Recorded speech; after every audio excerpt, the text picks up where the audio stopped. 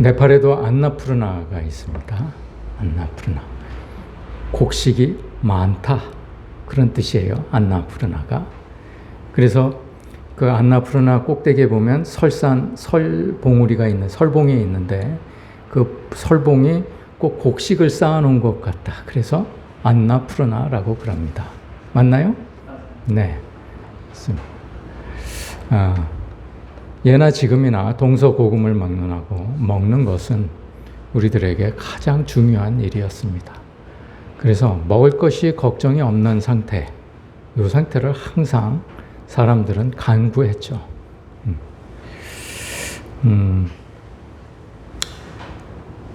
그게 하와가 지은 죄 때문에 그렇습니다.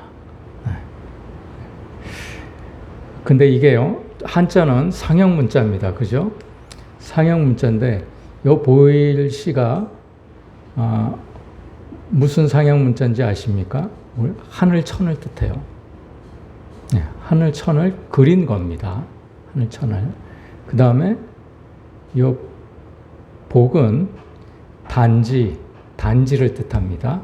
무슨 곡식단지, 무슨 꿀단지, 뭐 그런 거를 얘기하는 거죠. 이게 단지. 먹는 거하고 다 관련이 다 되어 있습니다.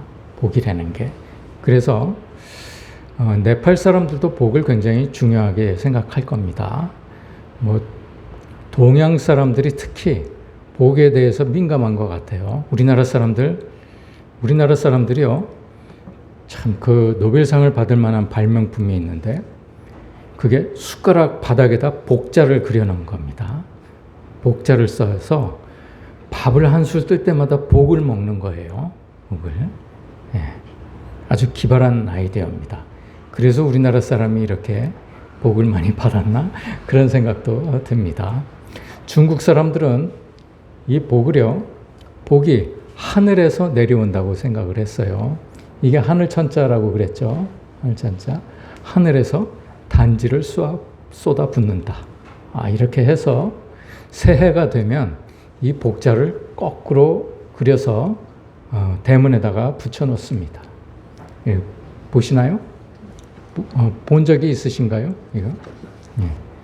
그래서 이미 복을 받았다. 자기네들이 이미 복을 받았다. 예. 아니면 하나님께서 내려주실 복을 기대한다. 이런 뜻으로 이제 대문에다가 우리 가화만사성 무슨 뭐 입춘대길 뭐 이런 거 써붙이듯이 이렇게 붙입니다. 중국 사람들은 복에 굉장히 예민하죠. 복에 굉장히 예민합니다.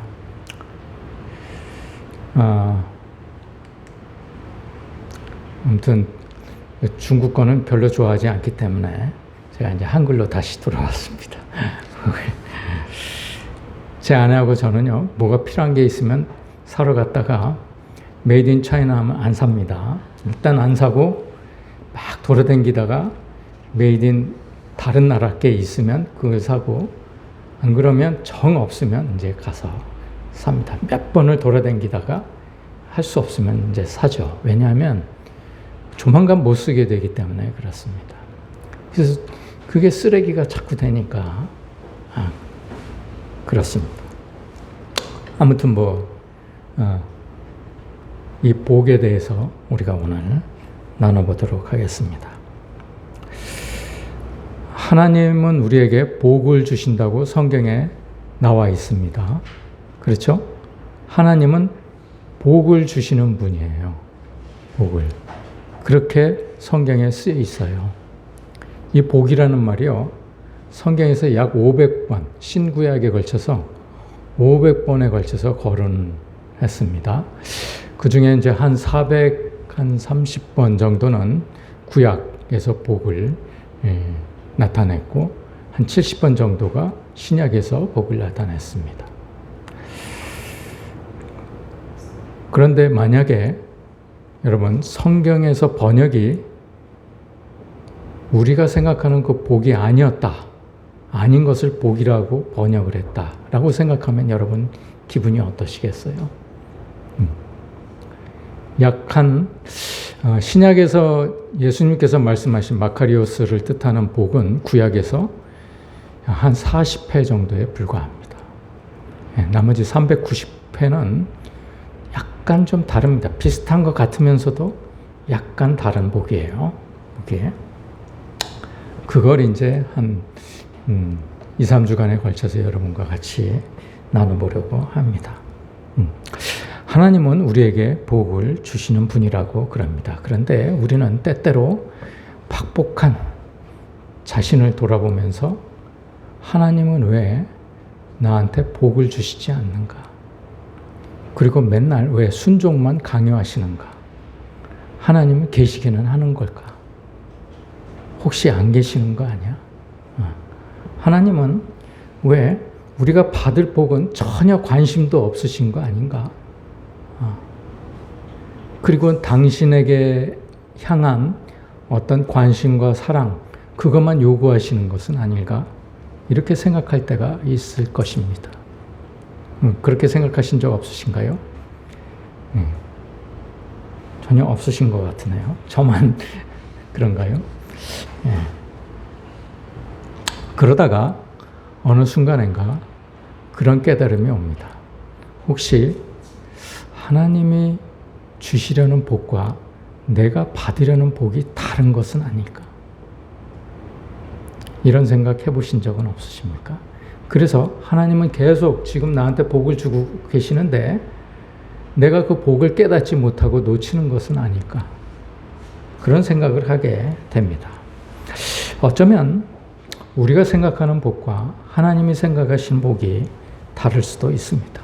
왜냐하면 우리는 눈앞에 닥친 어려움이나 고난을 하루속히 해방되고자 강구하는 것이 복이기 때문에 그렇습니다. 그런데요, 하나님은 우리와 다르세요. 하나님은 우리 인생 전반에 처음과 끝을 보고 계시는 분이세요. 그래서 어떤 때는 내가 바라는 그 복을 안 주실 때도 많습니다. 당장은 우리가 무엇이 필요해요? 그래서 바랍니다. 하나님 이걸 주세요. 돈을 주세요. 먹을 것을 주세요. 이렇게 원합니다. 그런데요, 하나님께서 그것을 전반적으로 봤을 때 내가 이걸 줘가지고 나와 얘와의 관계가 해칠까 염려된다. 이렇게 생각될 때는 안 주세요. 하나님도 학습을 하셨거든요. 노아 시대 이전에 인간들이 그렇게 타락했을 때 그때 하나님 실망 많이 하셨죠. 바벨탑을 쌓을 때도 실망을 하셨습니다. 그리고 이스라엘 백성을 애굽에서 불러내어서 구원에 이르려고 광야로 내오셨을 때도 실망을 많이 하셨어요. 오늘날에도 실망을 하고 계십니다. 하나님은요, 그래서 우리에게 꼭 약이 될 것만 주세요. 마치 우리 속담에 이런 말이 있죠. 우선 벗기에는 꽃감이 달다라는 말이 있습니다. 사무엘이 이해를 하는지는 모르겠습니다. 꽃감이요, 그게 한약재로 쓰여요. 그래서 약효도 있습니다. 분명히. 맛도 좋아요. 식감도 좋고요. 꽃감이 쫄깃쫄깃하고 식감도 좋습니다. 그래서 어린아이일 때는요, 이게 질릴 때까지, 물릴 때까지 먹고 싶어요. 그런데 먹고 싶은 대로 다 먹었다가는 큰 화를 면치 못합니다. 그렇죠? 변비가 걸려서 이제 변을 보질 못합니다. 그래서 어머니가 2개 이상은 안 주세요. 나는 자꾸 더 먹고 싶은데 2개 이상은 안 주십니다. 그것도 매일 주시지 않으세요. 가끔가다 한 번씩 주시죠. 아까워서 그런 거 아닙니다. 화를 면하기 위해서 그런 거죠. 마치 그런 것처럼 하나님도 우리에게 화가 될 것은 주지 않으세요. 어떤 사람이요, 하나님께 기도를 했습니다.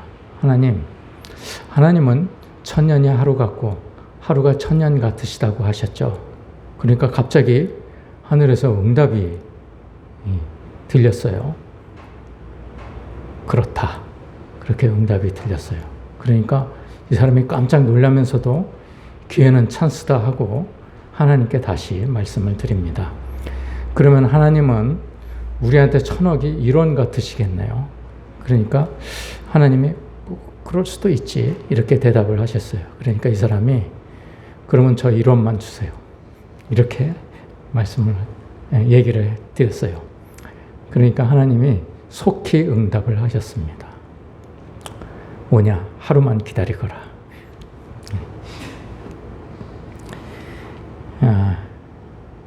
여러분, 하나님이 생각하시는 복하고 우리가 생각하는 거하고는 많은 차이가 있습니다.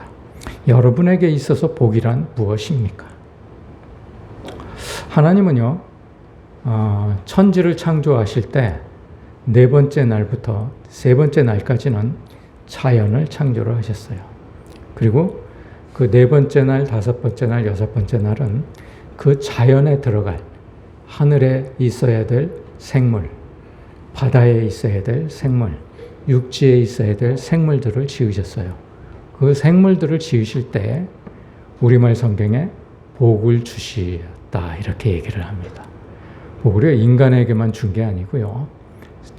동물에게도 주셨어요. 근데 복의 내용이요. 생육하고 번성하고 땅에 충만하라 였습니다. 노아의 홍수로 온 지구가 다 멸망했을 때 노아의 아들들에게도 하나님은 복을 주셨다고 그랬습니다. 우리말 성경에는 복을 주셨다고 그래요. 복을 주시고 그들에게도 똑같은 말을 하세요. 생육하고 번성하고 충만하라. 영어에서는요, 이 복을 good luck 아니면 happiness 아니면 bless 이렇게 얘기를 합니다. 요즘 영어 공부를 많이 하시는 분들이 계셔서 잘 아실 것 같습니다. 미국 사람들은, 미국 사람들은, 영어권 사람들은, 그 사람들을 축복할 때 God bless you 라는 말을 씁니다. 그렇죠? 네. God bless you. 이 bless라는 말은요, 뭘 주입하는 거예요. 뭐 능력을 부여하다, 주입하다, 뭐 그런 뜻입니다. 그래서 복하고는 큰 관계가 없는 것 같기도 합니다. 한편으로는. 예. 우리가 바라는 복하고는 큰 관계가 없는 것 같긴 합니다. 여러분, God bless you를 쓸 때요, 조심해야 될 게 있습니다. 그냥 bless you 그러면은 그게 저주가 됩니다. 이런, 참 어처구니가 없네. 이런 뜻으로 쓰입니다. 예를 들어서, 기껏 지어놓은 밥을 모래밭에 확 엎었을 때, bless you, 이렇게 얘기를 합니다. 이렇게 어처구니가 없습니다. 그러니까 여러분들이 그 상황과 억양을 잘 판단하셔서 bless you라고 해야지, 그냥 무턱대고 그냥 bless you라고 그러면은 오해할 수 있죠, 상대방이. 네, 그렇습니다. 제가 영어는 잘 모르지만 그렇게 알고 있습니다. 여러분, 우리가요, 아브라함의 자손이라고 얘기를 합니다. 그렇죠? 우리 믿음의 조상이 아브라함이라고 얘기합니다. 그런데요, 하나님은 아브라함에게 복을 주시고 너는 복의 근원이 될지라 이렇게 얘기를 하세요. 그래서 아브라함의 자손, 네 뒤로는 전부 복이 있을 것이다 라고 얘기를 합니다.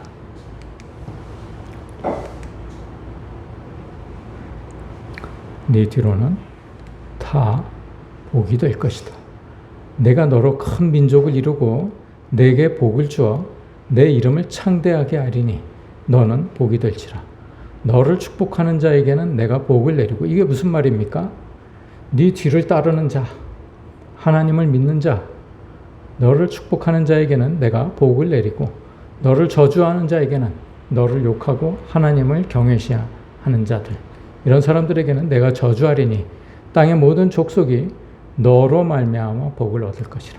아브라함의 하나님, 이삭의 하나님, 야곱의 하나님을 믿는 자들이 복을 얻을 것이라 하신지라. 창세기 때부터 아브라함에게 하신 말씀이에요. 네. 그런데요, 여러분, 이걸 보십시오. 우리는요, 지금 육적인 존재입니다. 그렇죠?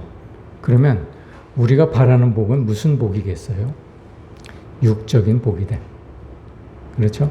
근데 복은 육적인 복이 있고 영적인 복이 있어요. 자, 하나님이 우리에게 주시려는 복은 무슨 복일까요? 영적인 복입니다. 그래서 우리가 깨닫지 못하는 거예요. 하나님의 복을 지금도 주고 계시는데 그걸 깨닫지 못하는 거예요. 육의 복이라는 게 뭡니까? 잘 먹고 잘 살고 좋은 집에서 편안하게 사는 것, 즐거움이 많은 것, 희희낙낙하는 것, 이런 것들이 육적인 복이에요. 왜냐하면 내 육체가 좋아하는 것이거든요. 그게 편안한 것, 가급적이면 아주 편안한 것. 그래서 돈을 벌려고 애를 쓰는 거 아닙니까? 노후에 편안한 삶을 보내기 위해서 그렇게 분주하게 사는 거예요.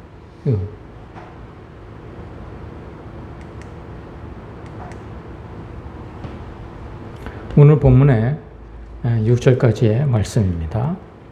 어리석도다 갈라디아 사람들아, 예수 그리스도께서 십자가에 못 박히신 것이 너희 눈앞에 밝히 보이거늘 누가 너희를 꾀더냐.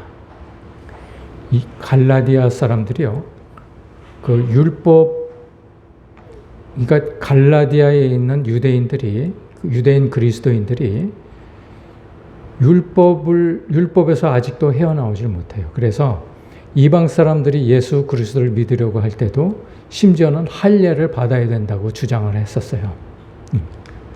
왜 그 사람들에게 바울이 얘기를 하는 겁니다. 그 사람들은 아직도 율법을 잘 지켜야 구원을 얻는다고 생각을 한 사람들이에요. 그런데 너 예수 그리스도께서 십자가에 달리신 거 못 봤냐? 왜 달리셨느냐? 그 율법을 폐하려고, 율법을 완성시키려고 오신 거 아니냐?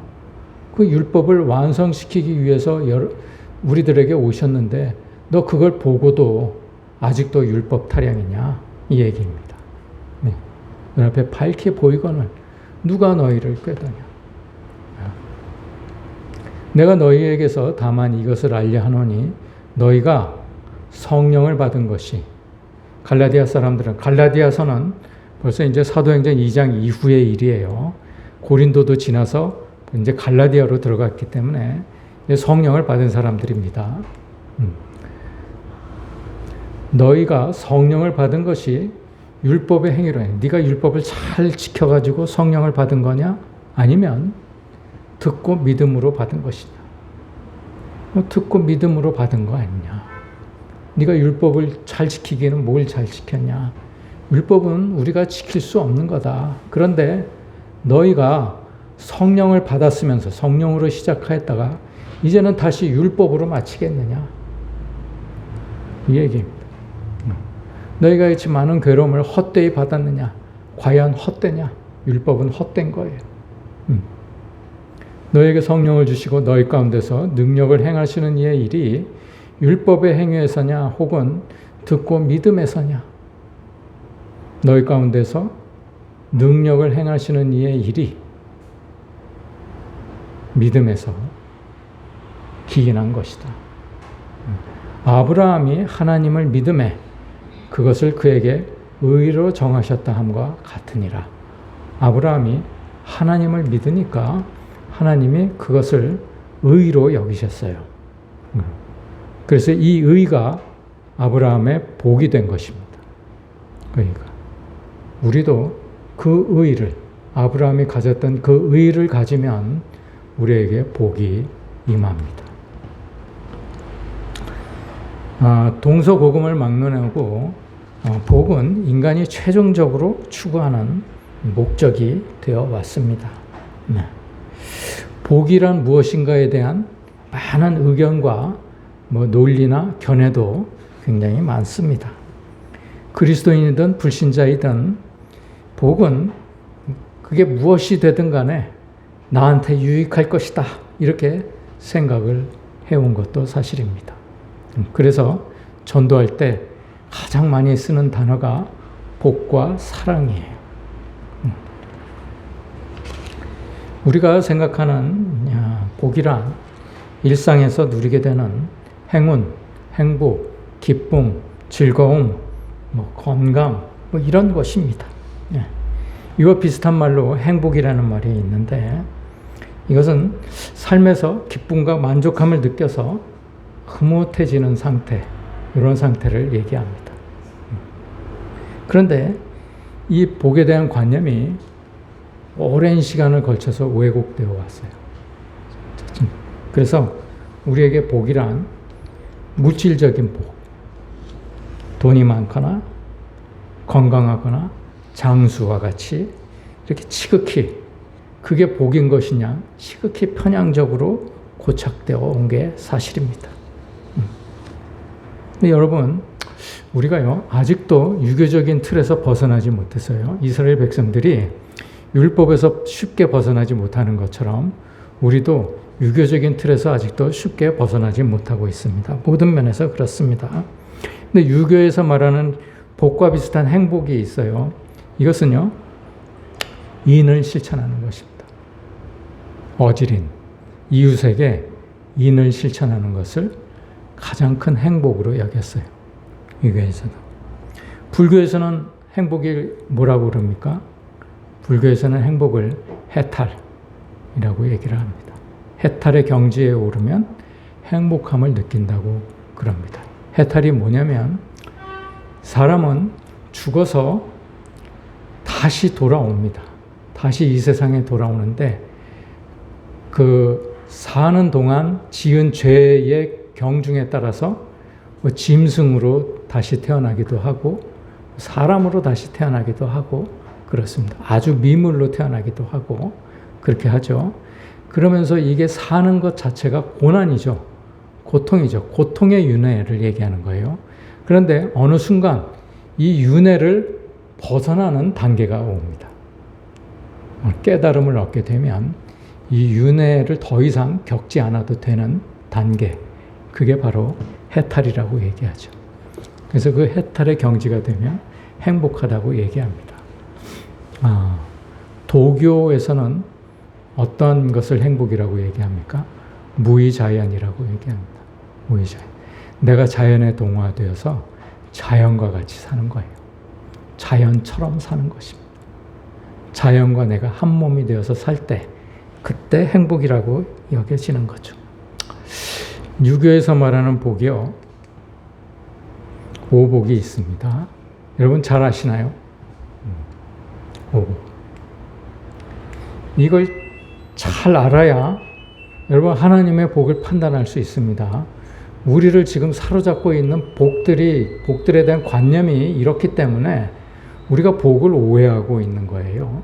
그래서 복에 대해서 우리가 그동안에 몇천 년 동안을 어떻게 생각해 왔는지 생각해 볼 필요가 있는 것이죠.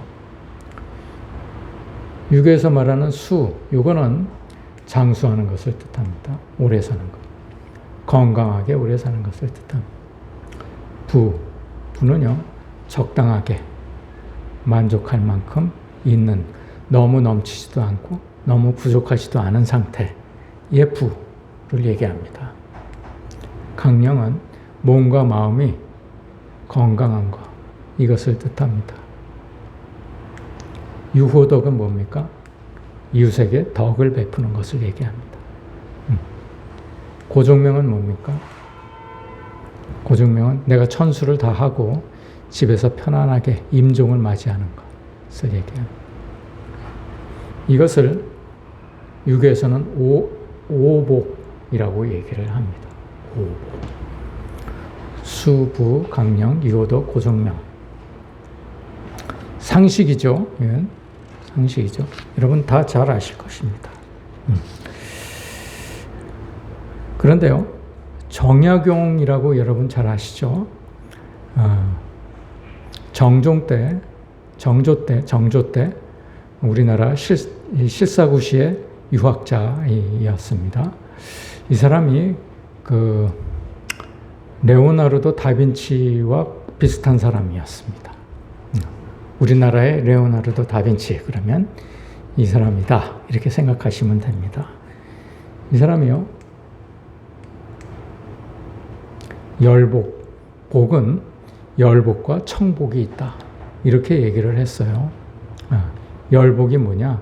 열복은 육의 복을 얘기합니다. 육의 복, 부, 건강, 장수 이런 것들을 얘기합니다. 그런데 성경 우리가 열을 얘기할 때는 항상 뭘 염두에 둔다고 했습니까? 염두에 둬야 된다고 했습니까? 열은요 항상 소멸합니다. 불은 항상 꺼지게 되어 있어요. 아무리 드센 불도 언젠가는 꺼집니다. 생명이 있는 것이죠. 수명이 있는 것. 그러한 복은 죽을 때가 되면 다 꺼집니다. 더 이상 소용이 없는 복이에요. 근데 청복이라는 게 있어요. 예. 마음으로부터 나오는 평안을 얘기합니다. 청복. 그래서 정약용이요 이렇게 얘기를 했어요. 이 청복은 하늘도 아껴하는 것이라서 이게 모든 사람들에게 내려주지 않는 복이야. 이렇게 얘기를 했습니다. 아마도 정약용이 한때 천주교인이어서 성경의 영향을 많이 받지 않았을까? 뭐 그런 생각도 듭니다.